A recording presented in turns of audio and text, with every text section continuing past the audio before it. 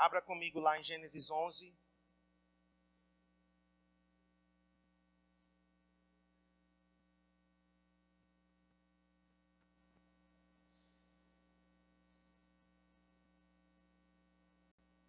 Gênesis 11, 26. Nós vimos como o patriarca Abraão, ele caminhou, peregrinando até a terra prometida. E começamos aqui. Aos 70 anos, Gênesis 11, 26. Aos 70 anos, Terá havia gerado Abrão, Naor e Harã. Esta é a história da família de Terá. Terá gerou Abrão, Naor e Harã. E Harã gerou Ló. Harã morreu em Ur dos Caldeus, sua terra natal, quando ainda vivia Terá, seu pai. Tanto Abrão como Naor casaram-se. O nome da mulher de Abrão era Sarai, e o nome da mulher de Naor era Milca. Esta era filha de Harã, pai de Milca e de Iscá. Ora, Sarai era estéril, não tinha filhos. Terá tomou seu filho Abrão, seu neto Ló, filho de Harã, e sua nora Sarai, mulher de seu filho Abrão, e juntos partiram de Ur dos Caldeus para Canaã. Mas ao chegarem a Harã, estabeleceram-se ali.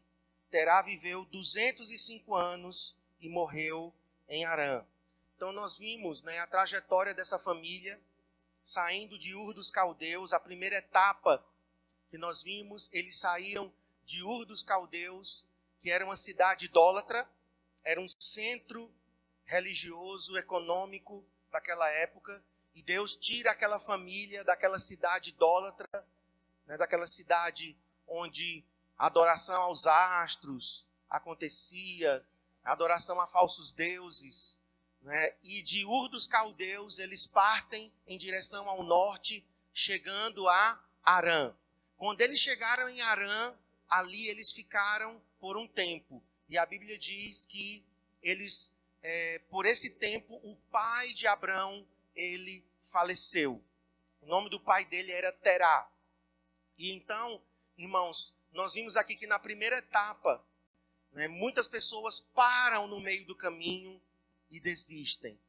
Nós contrastamos aqui os discípulos de Abrão versus os discípulos de Terá. Discípulos de Terá são pessoas que começam, mas não terminam. São pessoas que chegam na metade e param. Tiveram uma boa intenção, tiveram um bom começo, Afinal de contas, saíram do mundo, nasceram de novo. São pessoas que tiveram uma experiência realmente com Deus. Nós não duvidamos que muitos tiveram experiência com Deus. Mas essa experiência é apenas o início. O novo nascimento não é o fim de tudo.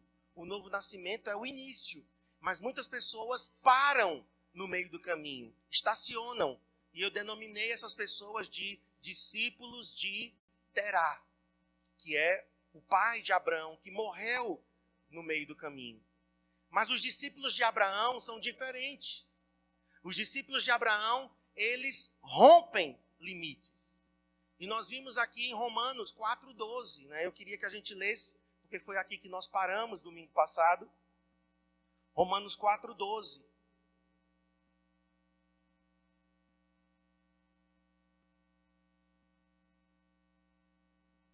Paulo nos diz,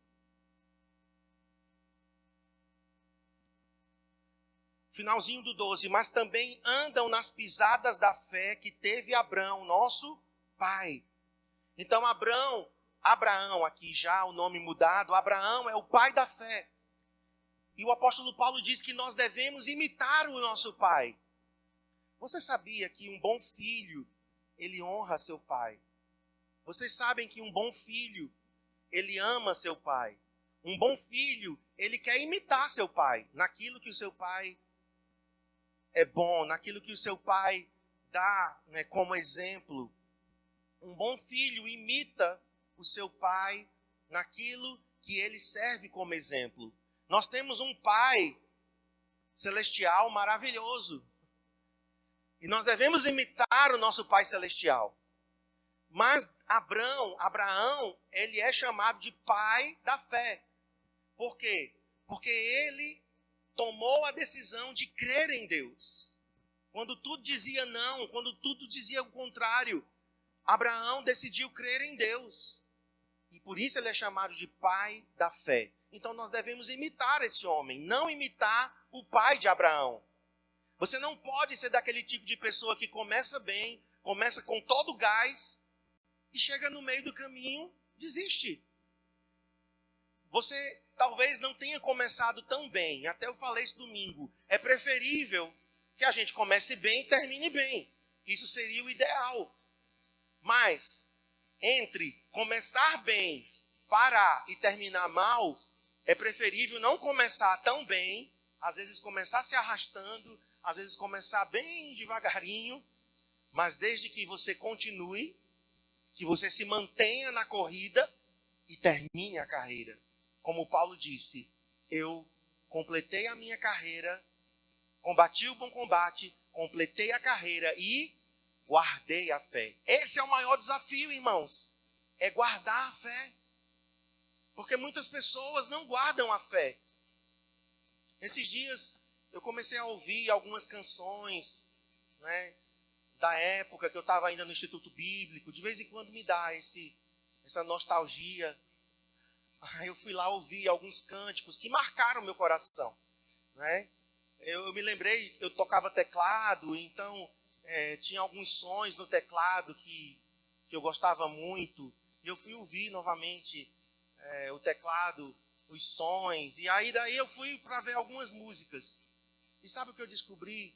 Que um dos líderes de adoração, que foi poderosamente usado na década de 80 e 90 nos Estados Unidos, um homem que realmente eu admirava muito, fui muito abençoado com o ministério dele, né? E aí eu descobri que agora o cara está meio que pregando heresia, está meio pirado da cabeça, aquela história de que Jesus, o nome de Jesus, né, não é o nome para a gente chamar, que a gente tem que chamar o nome hebraico de Jesus, né? Tem essas histórias, né? Que o nome de Jesus é o nome grego, e porque é o nome grego, ou seja, uma abobrinha, uma coisa que não vai nem vem para canto nenhum. Tanto faz chamar Jesus, Yeshua, Yehoshua, e agora ele diz que o único nome que tem que ser dito é Yeshua. Eu fiquei tão triste, irmãos. Por quê? Porque foi um cara assim muito usado por Deus, me abençoou tanto. Agora está com seus 70 e tantos anos de idade. E aí eu fui, né, não, deixa eu ver mais coisas, né, eu quero saber como é que ele está e tal. Descobri que o cara se divorciou, adulterou e agora está com outra mulher. Então isso me deixou muito triste. E eu fui orar, eu disse, Deus, eu quero, Senhor, terminar bem a minha corrida contigo. Eu não quero ser uma pessoa, foi muito usado por Deus, mas com o passar do tempo a fé esfriou. Às vezes não é que a fé esfriou, a pessoa acaba se afastando do Senhor, cai em heresias, cai em erros, quando não cai em adultério, destrói a família. Não, Senhor, eu serei daqueles discípulos de Abraão que vão caminhar pela fé bem com o Senhor até o final da minha vida. Completei a carreira e guardei a fé. Amém? Você quer isso para a sua vida? Mas, querido, só pela fé, viu? Só pela fé. Porque a tendência nossa é esfriar. O tempo vai passando, a gente vai se acomodando, né? A gente vai se tornando meros religiosos. O diabo começa, né, a infiltrar coisas, às vezes, no nosso pensamento. Então, nós precisamos vigiar, guardar a nossa fé como um bem muito precioso. Amém? Então, nós vamos agora para a terceira etapa dessa viagem, né? Nós vimos a primeira etapa, domingo passado, de Ur a Harã. Vimos a segunda etapa, de Harã para Canaã. Ele começou a peregrinar, né, agora em sentido sul. Coloca o mapa aí para o pessoal, Eduardo, relembrar. Primeira etapa foi essa seta que sobe, norte. A segunda etapa foi de Harã a Siquém. Então ele começou a peregrinar na terra prometida, mas ainda não tinha tomado posse da terra. a terra tinha inimigos. Então, mesmo no lugar onde Deus manda a gente peregrinar, terão inimigos. Nós enfrentaremos resistências, mas ele continuou a sua peregrinação levantando altares. Eu não sei se você lembra, isso já foi o finalzinho da palavra. Ele levantou altares, e eu disse que altares são marcos de entrega, são marcos de renúncia e de adoração a Deus. Então, na nossa caminhada com Deus, nós precisamos sinalizar a nossa caminhada com Deus. Você precisa se lembrar de experiências que marcaram a tua vida. Eu contei aqui o meu testemunho, né? Exemplo, eu lembro quando eu me converti, eu lembro detalhes. Até ontem, né, eu vi uma foto do Asaf Borba, ele comemorando 40 anos de ministério. É um homem que eu admiro muito. E que Deus o guarde, né? Asaf tem se mantido realmente um homem muito consagrado ao Senhor. Já está com, acho que mais de 60 anos. E ele colocou uma foto ontem dizendo, né, que estava comemorando 40 anos. E eu senti no coração de honrar aquele homem. Não sei nem se ele vai ler, mas não importa. E eu mandei uma mensagem, então, um comentário na foto dele lá no Instagram, né, agradecendo a Deus pela vida dele, me lembrando de como eu me converti, de como ele foi uma influência na minha vida por tantos anos. Asaf realmente foi uma influência na minha vida. Depois de Asaf, Mark Zwick foi outro homem que muito me influenciou por muitos anos. O Don Moen. Esses homens têm se mantido, irmãos, fiéis ao Senhor. Glória a Deus. Glória a Deus. E eu agradeço a Deus por esses altares que eu levantei ao longo da minha jornada, adorando o Senhor. E esses homens me ajudaram. As canções deles me inspiraram. Tem canções, irmãos, que se eu ouvir hoje, eu digo a você exatamente o que essa canção significa para mim. Tem canções que ficaram na minha vida. É a memória musical. Existe memória, vários tipos de memória.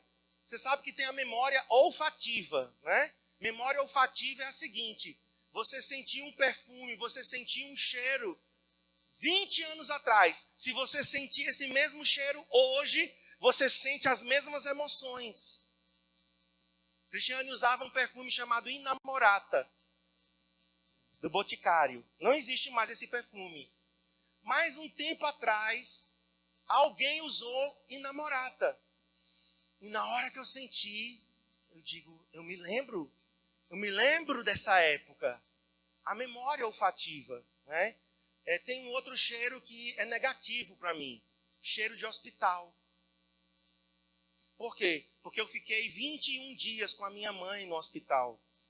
Então aquele cheiro de éter, sei lá, é um cheiro que todo hospital tem. Todas as vezes que eu entro no hospital, eu me lembro que eu estava com a minha mãe, ela estava doente, em cima da cama do hospital. Então é uma memória, tem a memória musical. Então eu me lembro, irmãos, de canções que marcaram a minha vida, foram altares na minha vida. Então você precisa de altares, por isso que de vez em quando eu vou escutar essas canções antigas. Ah, mas não fala mais para essa geração. Ah, mas essas músicas, né, já não traz tanto impacto. Tudo bem, mas para mim trazem. Essa semana eu fui novamente inspirado quando eu escutei algumas canções antigas. Por quê? Porque evoca a minha memória de altar, de altares. Evoca, traz à tona experiências que eu tive com Deus. Não é que eu estou vivendo do passado, não. Não quero viver do passado, porque a unção que Deus tem para hoje é para hoje. A de antigamente não serve mais. Mas eu tenho altares levantados ao Senhor. Vocês estão entendendo? Todo crente precisa disso. Porque nós estamos numa época muito volúvel. Nós estamos numa época muito descartável. Você tira pelas músicas. Tem música hoje que só dura 15 dias. A gente canta, se emociona e esquece. Aí tem que ter música nova, né? A gente sempre tem que estar dando um upgrade, né? Vamos lá. Então nós precisamos, irmãos, não sermos volúveis como essa geração, descartáveis. Nós precisamos levantar altares e isso vai trazer à memória experiências que nós tivemos com o Senhor. Agora vamos para a terceira etapa. Vai lá para Gênesis. Isso foi só a introdução, tá? Capítulo 12, verso 9. Depois seguiu Abrão dali, de onde? Ele estava em Siquém. Ele estava em Siquém, levantando altares ao Senhor. Depois seguiu dali, indo sempre para o Negueve, ou Neguebe. Coloca o mapa, por favor, para eles visualizarem aqui essa peregrinação. Então ele estava aqui em Siquém e ele vai descendo para o sul até chegar em Hebrom. Hebrom é a cidade, inclusive Hebrom ainda existe hoje, é a cidade da porta do deserto. A porta de entrada do deserto é Hebrom. Ao sul de Hebrom tem Berseba e aí já é o deserto do Negueve. Toda a área sul de Israel é deserto. Aliás, grande parte do território de Israel é deserto. Israel completou 70 anos essa semana, dia 18, 70 anos que a ONU reconheceu Israel como nação novamente. E agora em maio, se não me engano, dia 6 ou é dia 8 de maio, é quando tem aquela reunião solene na ONU, confirmando a independência de Israel. Mas o nascimento da nação, o renascimento da nação, eles comemoram pelo calendário judaico, e foi dia 18 agora, 70 anos. Eu li o discurso do primeiro-ministro Benjamin Netanyahu, e ele disse o seguinte: nos deram um pedaço de terra onde 70% era deserto. Nos deram um pedacinho de terra espremido entre árabes, porque tem Líbano, Síria, Jordânia, Arábia Saudita e Egito. Um cinturão árabe ao redor de Israel, Israel espremidinho no meio, né, desses inimigos, né, que não queriam. E Benjamin Netanyahu diz: nos entregaram 70% de terra desértica. E em 70 anos, nós fizemos essa nação se tornar uma grande potência mundial. Israel hoje está entre os maiores países do mundo, em termos econômicos. Israel é parte de uma seleta lista de nações que tem um PIB altíssimo, tecnologia, vários prêmios nobres eles ganharam, vários. Veja, irmãos, quando a gente olha para isso daqui, o deserto floresceu. O deserto floresceu. Ou seja, o problema não é o deserto, o problema é quem está no deserto. Vou repetir. O problema não é o deserto. O problema é quem entra no deserto. Quem entra no deserto com uma mentalidade derrotada, acabou. Você tira aqui pelo semiárido nordestino. E olha que o semiárido nordestino nem chega aos pés do Negueve. No semiárido nordestino cai 400 milímetros de chuva por ano. É pouco, mas é semiárido. Não é deserto totalmente. Mas olha a mentalidade, muitas vezes, do nosso povo. É um povo miserável, que vive pedindo favor. O governo não investe. Por quê? Porque tem que manter a indústria da seca. As pessoas têm que ser mantidas, né, na miséria para poder ficar dependendo. E os políticos vão se eleger como? Com promessas. Por isso que tem que ser mantido. O Nordeste poderia ser um Israel. O semiárido nordestino, e nós temos, né, já uma pequena amostra. Vai em Petrolina para você ver.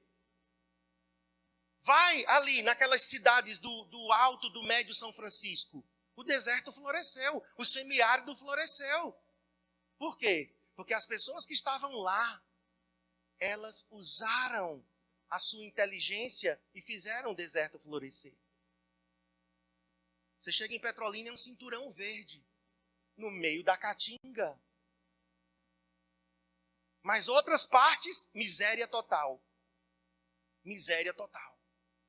E Israel, irmãos, entrou para a história, porque eles transformaram o deserto. Tem flores sendo exportadas para o mundo inteiro, saindo de Israel. Produtos agrícolas sendo produzidos no deserto. Então é a nossa atitude. Eu quero começar falando sobre isso. É a nossa atitude no deserto.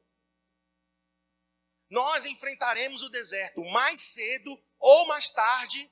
Eu quero te dizer, você e eu enfrentaremos um período de deserto e de aridez. Ele foi peregrinando e descendo até chegar em Negev. Lugar árido, um lugar deserto. Então, pode colocar aí, por favor, é o 13. Em nossa caminhada com Deus, a algum momento haverá de deserto. Em nossa caminhada com Deus, em algum momento haverá aridez. E eu tinha muito medo do deserto, irmãos. Porque eu fui ensinado que deserto é lugar de morte. Deserto é lugar de escorpião. Deserto é lugar das víboras do deserto. São serpentes abrasadoras. E é verdade, tem tudo isso no deserto. Até que eu peguei um livro chamado Vitória no Deserto. John Bevere. E eu fui ler o livro de John Bevere, Vitória no Deserto. Irmãos, ele pinta o deserto totalmente diferente.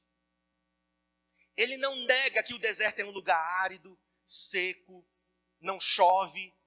Você sabia que no deserto de Atacama, aqui na América do Sul, nós temos um deserto, né? No Chile, fronteira com a Argentina e com o Peru. No deserto de Atacama tem lugares que nunca choveram.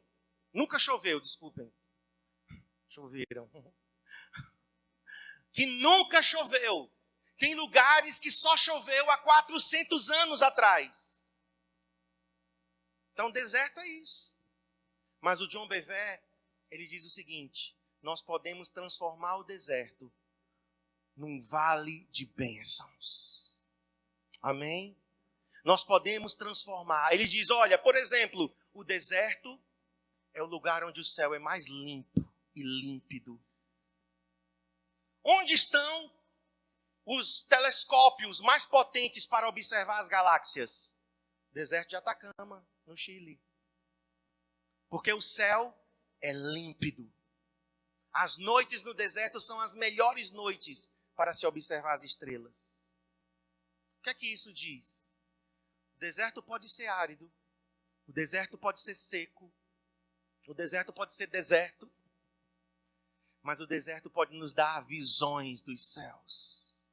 Nós podemos conhecer Deus de uma maneira diferente. Todas as vezes que eu conheci Deus de uma maneira diferente, estava falando isso para os alunos hoje, a gente estava estudando Jó, mas todas as vezes que eu conheci Deus mais profundamente, não foi num período de bênção, não foi num período de abundância. Todas as vezes que eu conheci Deus mais profundamente, foi num período de escassez. Alguém aqui comprova isso? Intimidade é gerada onde? No deserto. John Bevere diz que deserto é lugar de solitude. No deserto é você e Deus. É silêncio. No deserto o homem cala e Deus fala. No deserto podemos ter um vislumbre melhor da glória de Deus. Desde que eu li aquele livro, então mudei minha mentalidade. E o Salmo 84 concorda com isso. Abre lá comigo. Salmo 84, 5, de 5 a 7. Eu amo esse salmo, viu? Ele me lembra muito a minha época de conversão, os anos ali subsequentes. Eu cantava muito esse salmo. Quão amáveis são os teus tabernáculos, Senhor dos exércitos. O Cristiano se apaixonou por mim, eu cantando essa música. Quão amáveis são os teus tabernáculos. Olha os olhos dela brilhando de novo. Senhor dos exércitos, A minha alma suspira. Então, ama esse salmo. Mas olha o que o salmo diz. 84, 5. Bem-aventurado o homem cuja força está em ti, em cujo coração se encontram os caminhos aplanados. Olha o 6. O qual, passando pelo deserto, passando pelo vale árido, tem versões que diz passando pelo vale de Baca. Baca é uma palavra para lágrimas. Passando pelo vale de choro, vale árido, faz dele um manancial. Então é possível sim estar num deserto e o deserto não ser mais deserto, porque você está caminhando com o Senhor, e o Senhor é a fonte de água da vida. Então no deserto ele vai ser um oásis. Amém? Então o problema não é o deserto, o problema é quem entra no deserto. Qual é a atitude que nós entramos no deserto? Porque entramos com atitude de fé, vamos transformar o deserto em manancial. O exemplo da nação de Israel. Entregaram 70% de deserto. Os israelenses disseram, tudo bem, a gente vai fazer desse pedacinho aqui de terra uma potência. E são hoje uma grande nação. Pequena no tamanho, mas uma grande nação. Nós podemos entrar no deserto com uma nova mentalidade, irmãos. E não morrermos no deserto. Não sermos picados por serpentes abrasadoras, por escorpiões. Não morrermos no deserto por incredulidade. Porque o deserto pode matar alguém por incredulidade. Como aquela geração morreu. Então, aqui está dizendo, faz dele um manancial. De bênçãos o cobre a primeira chuva. Chuva no deserto? Sim. Sim. Então vamos mudar a nossa atitude. Pastor, eu estou passando por um deserto financeiro. Vou nem pedir para ninguém levantar a mão aqui. Para não gerar incredulidade no coração de vocês. Para não gerar desespero, né? Deserto financeiro. Pegando só um exemplo. Então você vai aplicar a tua fé no deserto financeiro. Você vai parar de gastar, porque no deserto não tem nada para comprar. Nem Coca-Cola no deserto. Para de comprar, paga tuas dívidas, vai pagando, quebra cartão de crédito. Olha as atitudes no deserto. Amém? Quem recebe aí? A outra coisa, é generoso para com Deus, é fiel para com o Senhor. A generosidade abre portas. Então você dizima, você oferta, você abençoa outras pessoas. Mas eu estou no deserto. Mas pela fé eu estou semeando. Pela fé eu estou semeando. Senhor, me dá o dom da administração. No momento de escassez, eu quero a sabedoria de José no tempo de vacas magras. O deserto vai se transformar num manancial. Porque a tua atitude mudou. O problema é a atitude, irmãos. O problema é a atitude. Amém? Agora, vamos continuar em Gênesis. Ele continua, não é, descendo em rumo ao sul. E a Bíblia diz o seguinte, verso 9. 12:9. Depois seguiu Abrão dali, indo sempre para o sul, para o Neguev. 10. Havia fome. Diga fome. Então, deserto é lugar de escassez, deserto é lugar de aridez, então tinha fome. As circunstâncias ao redor. Havia fome. E o que faremos, irmãos? Antes da gente continuar a leitura, fica com a tua Bíblia aberta aí. Porque a próxima frase já é a próxima etapa. E isso faz toda a diferença. O que faremos diante da escassez? O que faremos diante do deserto? O que faremos diante da fome, da crise? Outra pergunta, quando as portas se fecham, o que faremos? Nós vamos tentar abri-las do nosso jeito? Porque a próxima etapa na vida de Abraão foi ele tentando fazer as coisas do jeito dele. É isso que eu entendo nesse texto. O Senhor não disse, do deserto, vá para o Egito. O Senhor não disse isso. Eu não encontro isso aqui na Bíblia. Então eu entendo que diante da escassez, diante do deserto, diante da crise, o Senhor queria que Abraão dependesse dele. Portas fechadas, irmãos, não significa que você tem que forçar elas para abri-las. Deus fecha portas também. Escute, Deus fecha portas. Nem toda porta fechada foi o diabo que fechou. Tem porta que nós fechamos, tem portas que o diabo fecha, mas tem portas que é Deus quem fecha. E eu já cometi o erro de tentar pegar o meu pezinho de cabra e forçar a porta que Deus fechou. E todas as vezes que nós forçamos a porta que Deus fechou e tentamos abrir pelos nossos próprios meios e métodos, nós quebramos a cara. Em 2005, nós já estava começando uma crise financeira. Nós tínhamos pedido licença do ministério, então a gente estava como itinerante, nós estávamos viajando. Eu tinha acabado de gravar um CD e fomos divulgar o CD. Para você ter ideia, fizeram uma agenda conosco em Juazeiro do Norte. Fomos para o Juazeiro com o Corsa, o Indy 1.0 preto. 2 portas. Eu, Cristiane, Tiago, Adriel era pequenininho e Mahatma. Na volta eu bato o motor do carro, irmãos. Bati o motor do carro a 40 quilômetros de Juazeiro na volta. E aí o carro tinha seguro, acionamos o seguro, voltamos e aí o conserto na época era uma fortuna. Porque acabou tudo. Eu não sabia o que era bater motor. Primeira batida de motor é uma coisa linda, né? Você ouve um barulho, você diz, não, isso é uma coisa solta embaixo do carro. E não era. Eu estava batendo o motor e eu continuei, forcei. E o carro perdendo força e aí o barulho, daqui a pouco deu um estouro assim. Plá! E o carro parou, travou. Bati o motor. Aí eu voltei. Nós tínhamos recebido o combustível de ida e volta em uma pequena oferta que cobria só os gastos da viagem de alimentação. E não dava para pagar o conserto do carro. E aí, minha mãe, na época, minha mãe ou meu pai, não, minha mãe em 2005 já tinha falecido. Meu pai, na época, me ajudou a consertar o motor do carro. Então, mas eu estou servindo a Deus. Como é que eu estou servindo a Deus e coisas ruins acontecem?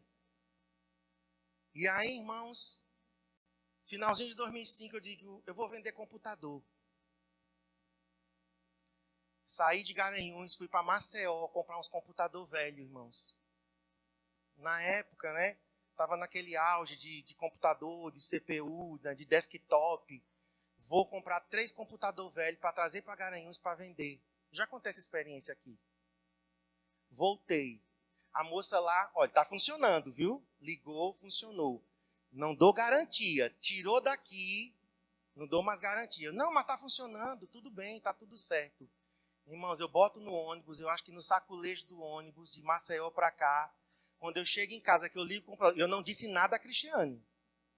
Tudo por debaixo dos panos, né?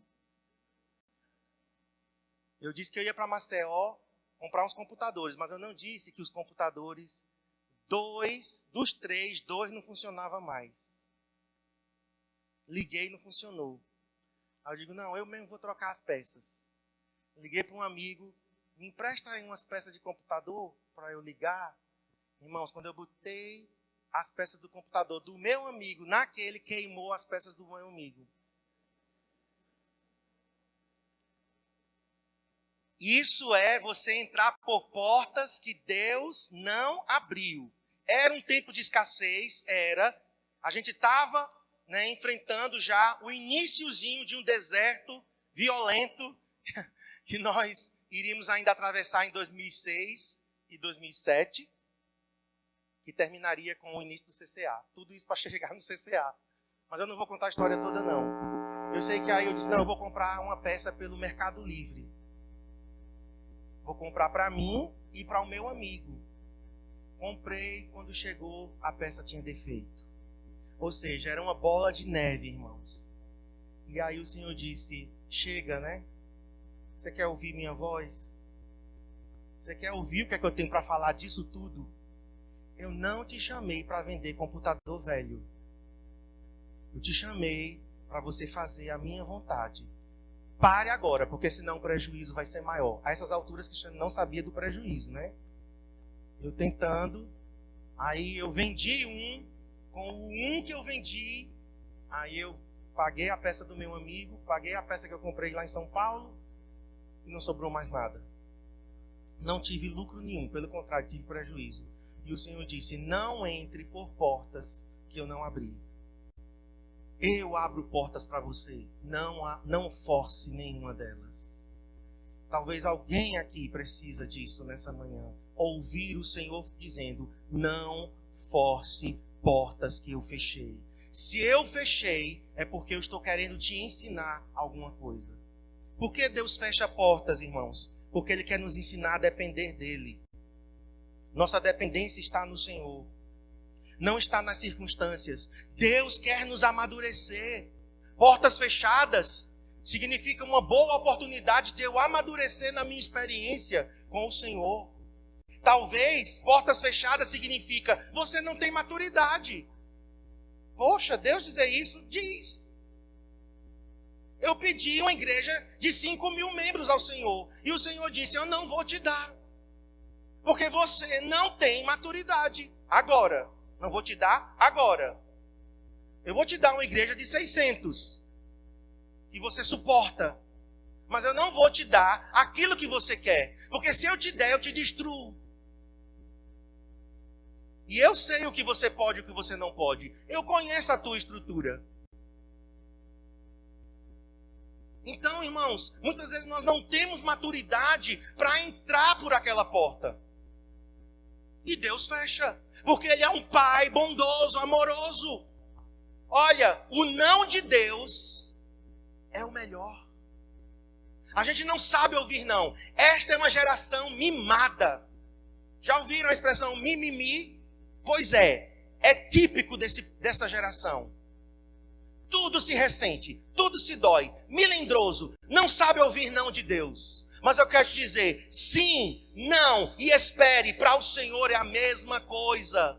O sim de Deus, o não de Deus e o espere de Deus, Deus está dizendo para você, sabe o que? Em outras palavras, eu te amo. É porque a gente quer ouvir o quê? Sim, sim, sim, sim, sim. Tudo que a gente quer de Deus é sim, mas às vezes o não de Deus é igual a um sim. Você pode entender isso? Você pode confiar nisso? A Abner chega para mim e diz, eu quero R$100. Para quê, meu filho? Para comprar de figurinha do álbum da Copa. Você acha que eu vou dar? Não, de uma vez não. De uma vez não. Eu fui com ele, comprei R$15 de figurinha. Ele pediu ao avô. Mas chegar para ele dar R$100, toma meu filho, vai comprar R$100 de figurinha. Nunca vai acontecer isso. Porque ele precisa saber o que significa R$100. R$100 para ele é igual uma nota de 2 que eu achei agora. Saí do carro, olho e puxei uma nota de 2 nos meus pés. Digo, ó Senhor, podia ser uma nota de 100.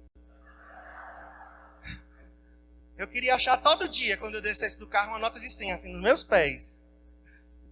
Mas na cabeça de Abner, porque ele é uma criança, R$2 e R$100 é a mesma coisa. O que importa é o quê? Vou ter figurinhas, vou ter, uma pilha de envelopes para abrir. Então eu disse, não, Abner, não. Eu posso te dar R$10, R$100 não. Então, às vezes, irmãos, não temos maturidade para entrar. E o Senhor fecha. Você está entendendo? Mas isso a gente não quer. Nós não queremos nos submeter a isso. Foi o que Abraão fez. Entrou pela porta fechada. Então vamos lá, verso 10. Abraão desceu, pois, Abrão ao Egito para ficar aí, porquanto era grande a fome na terra. Então ele desce por iniciativa própria.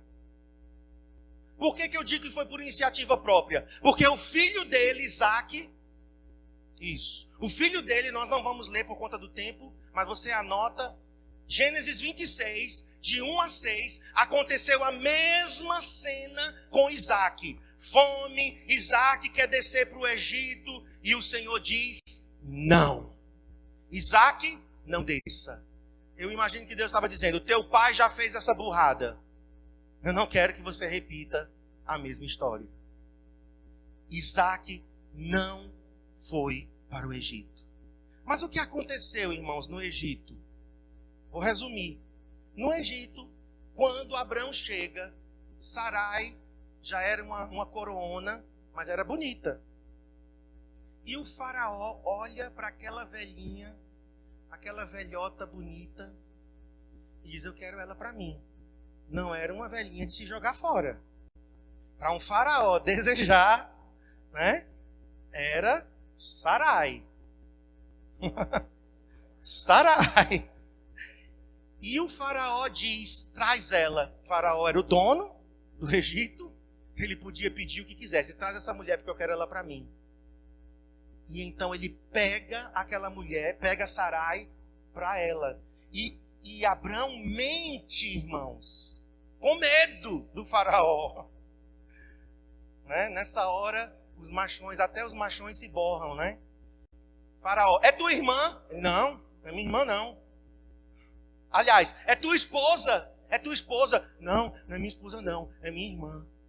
Pode ficar com ela, desde que eu me salve.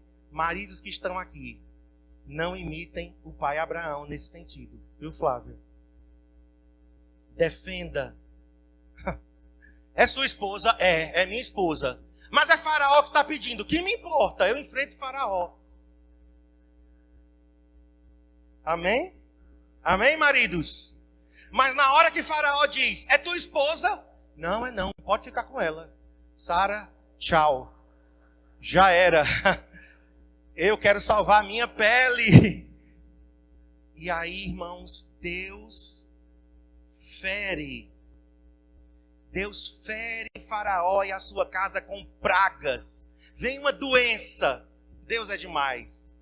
Porque Deus honra seus servos até na última instância. Até quando o cara pisa na bola, Deus honra. E aí vem pragas. E Faraó diz, não, peraí. Desde que eu peguei essa velhinha bonitinha, eu acho que ela era, irmãos, como a rainha da Inglaterra. Pense numa velhinha fofinha. Dá vontade de apertar nas bochechas dela. Ela fez agora 92 anos. Não parece aquela velhinha. Ela deve ser muito fofinha para se abraçar, né? É uma velhinha daquela ali. Aí Faraó diz, peraí, doença, desde que essa velhinha chegou aqui, doença, essa velhinha não é irmã daquele homem não. Eu peguei, foi a esposa dele. Faraó é mais justo do que Abrão. Tem descrentes, olhe para mim, para a nossa vergonha. Tem descrentes que têm mais temor de Deus do que nós. Tem pessoas que são mais honestas, mais fiéis do que muitos crentes. Crente desonesto. Verdade, né? Fala, Senhor. Gente velhaco, gente que fica fazendo gato na energia elétrica. Sky gato, tem essa também, viu? Muito crente com Sky gato. Não, mas é o sinal do satélite que é aberto. Vai com essa conversa para outro. E muitos incrédulos são mais justos. Mais justos. Faraó diz, vem cá, Abrão. Como é que tu faz uma coisa dessa, rapaz, comigo? Tu diz que essa mulher é tua irmã. Eu imagino Sarai, irmãos. O coração dela como não ficou. Meu marido me descartou com medo de morrer. E Faraó diz, olha, toma a mulher de volta e leva. Vai-te embora daqui. Você nunca deveria ter descido para o Egito. Claro que ele não disse com essas palavras, mas era Deus falando. Volta para Canaã.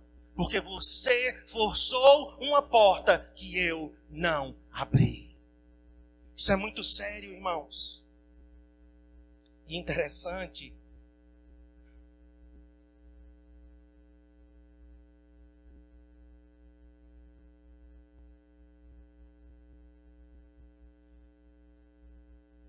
que Faraó, veja no verso 20, toma tua mulher e vai. E Faraó deu ordens aos seus homens a respeito dele e acompanharam-no. Deus faz uma escolta e diz: tira ele daqui. E acompanharam-no a ele, a sua mulher e a tudo que possuía. Porque eu estou confundindo aqui com Isaac. Mas Isaac passa por uma situação semelhante. Deus tinha dito: não desça para o Egito. Ele desce, acontece a mesma situação, mas Deus honra Isaac também. E para Isaac, sabe o que é que Deus diz a Faraó? Ele vai orar por você, porque ele é profeta. Quer dizer, Deus honra os seus servos, até quando eles falham muitas vezes. Você entende isso? E aqui há uma escolta. Volta. Leva ele de volta. Faz aqui um comboio. Tira esse homem daqui do Egito, que não era para ele ter descido. Verso 13, irmãos. Saiu, pois, Abrão do Egito. Agora é a quarta e última etapa, e nós estamos finalizando. Primeira etapa de Ur a Harã. Segunda etapa de Harã a Canaã. Terceira etapa de Canaã para o deserto, para o Negueve. Quarta etapa, então, do Negueve para o Egito. E agora a última etapa é do Egito de volta. A jornada inversa. 13, vamos ler. Saiu, pois, Abrão do Egito para o Negueve.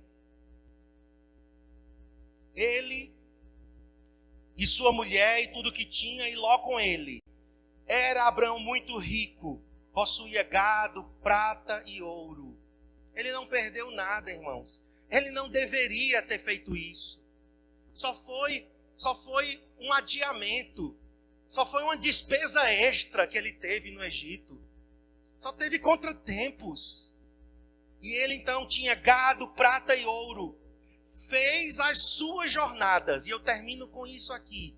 E eu marquei aqui na minha Bíblia. Fez as suas jornadas do Negueve até Betel, até ao lugar onde primeiro,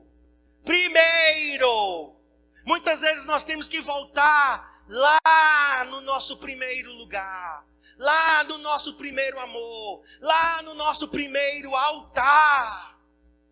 Por isso que eu falei, eu gosto de me lembrar das experiências que eu tive com Deus. Não para viver do passado, mas eu gosto de me lembrar, sabe para quê? Para voltar novamente lá, até o lugar, verso 4, até ao lugar do altar. Olha aí, queridos, ao lugar do altar que outrora tinha feito. E aí Abrão invocou o nome do Senhor. Voltar, queridos. Tem pessoas aqui que precisam voltar ao primeiro amor, ao primeiro lugar, às promessas que o Senhor fez. Você precisa trazer à memória o que o Senhor falou. Olha para mim, Deus não diz uma coisa e depois muda, não. Eu estou conhecendo uma geração de crentes diferente daquela que eu nasci. Quando eu nasci, as pessoas tinham muito temor de dizer assim: Deus falou. Quando alguém dizia Deus falou, é porque Deus tinha falado mesmo. Mas sabe o que é que eu tenho achado hoje? Pessoas que estão brincando. Deus falou que é para eu vir para essa igreja. Um mês depois Deus não falou mais. Hã? Deus não é assim não. Deus me falou que é para eu casar com essa pessoa. Aí daqui a 5 meses, não, Deus não falou mais não. Irmãos, Deus não é assim. Não, Deus falou que é para eu começar esse negócio. Aí daqui a pouco, e aí? Não, fechei. Por quê? Não, porque Deus não falou não. Nós estamos brincando. Isso é muito sério. Olhe, vou te dar um conselho. É melhor você dizer assim: eu estou fazendo isso porque eu quero. Eu estou casando Eu estou abrindo um negócio porque eu quero. Não diga que foi Deus. A menos que você tenha certeza absoluta que foi Deus. Porque com Deus não se brinca. Deus não é homem para que minta, nem filho do homem para que se arrependa. Abraão teve que voltar, irmãos, ao primeiro lugar onde ele levantou um altar. Reavaliar.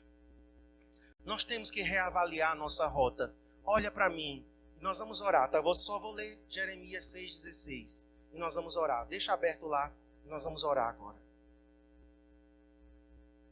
Jeremias 6,16.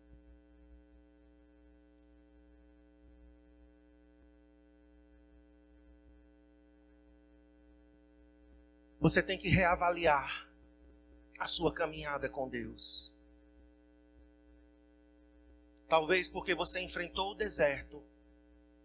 Talvez porque você enfrentou a escassez. Você enfrentou a decepção. Talvez porque você enfrentou lutas. Você forçou a barra. E você abriu portas que Deus não abriu. Deus está te chamando agora. Volta. E nós vamos orar. Jeremias 6,16. Assim diz o Senhor: ponde-vos à margem no caminho e vede. Eu vou ler bem lento para que essas palavras entrem em nosso coração. Ponde-vos à margem no caminho e vede. Perguntai pelas veredas antigas. Perguntai pelos caminhos antigos de Deus.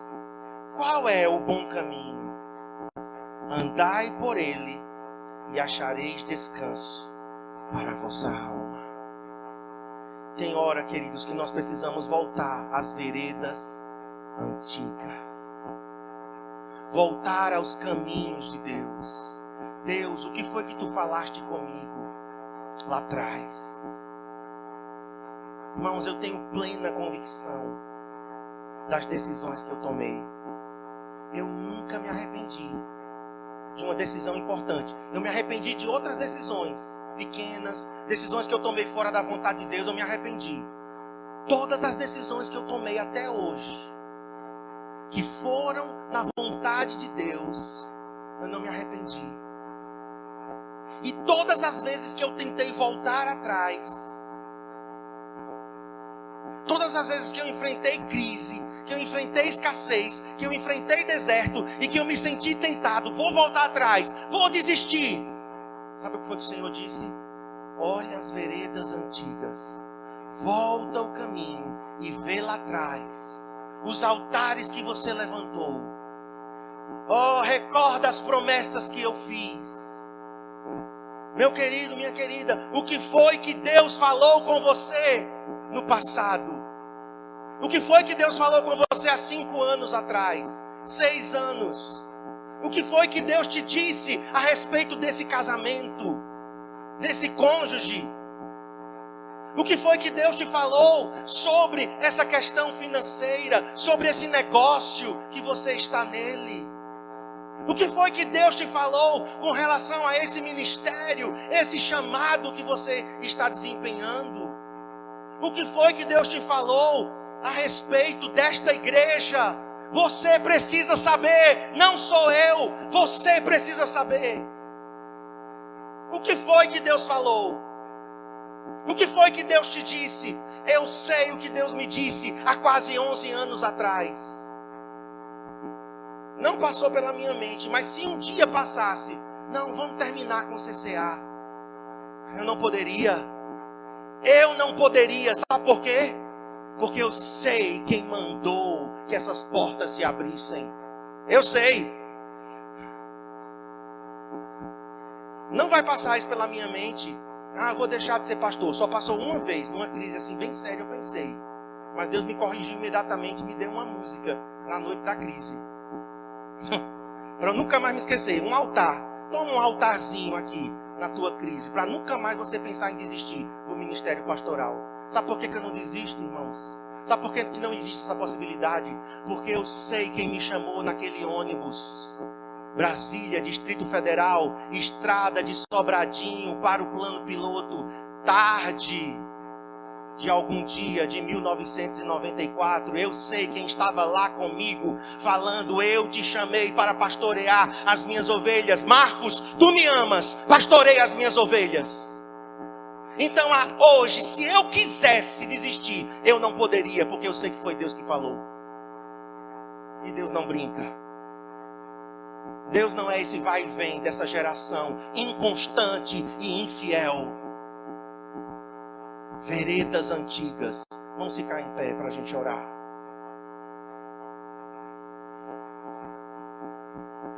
Veredas antigas.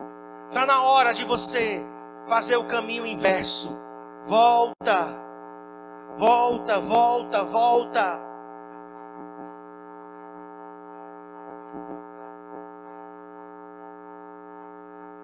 Senhor, nós pedimos perdão, Deus, quando no deserto nós somos tentados, e nem tentados, nós voltamos atrás.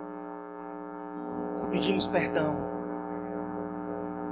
porque muitas vezes as portas se fecham, as coisas não saem como a gente quer,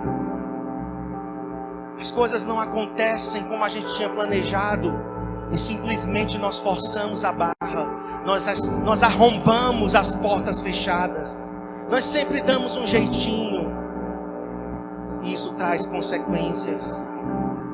Isso traz, Senhor, consequências. Eu peço, Senhor, que nós trilhemos o caminho de volta. Eu oro pelos meus irmãos nessa tarde, início de tarde. Que nós trilhemos o caminho de volta.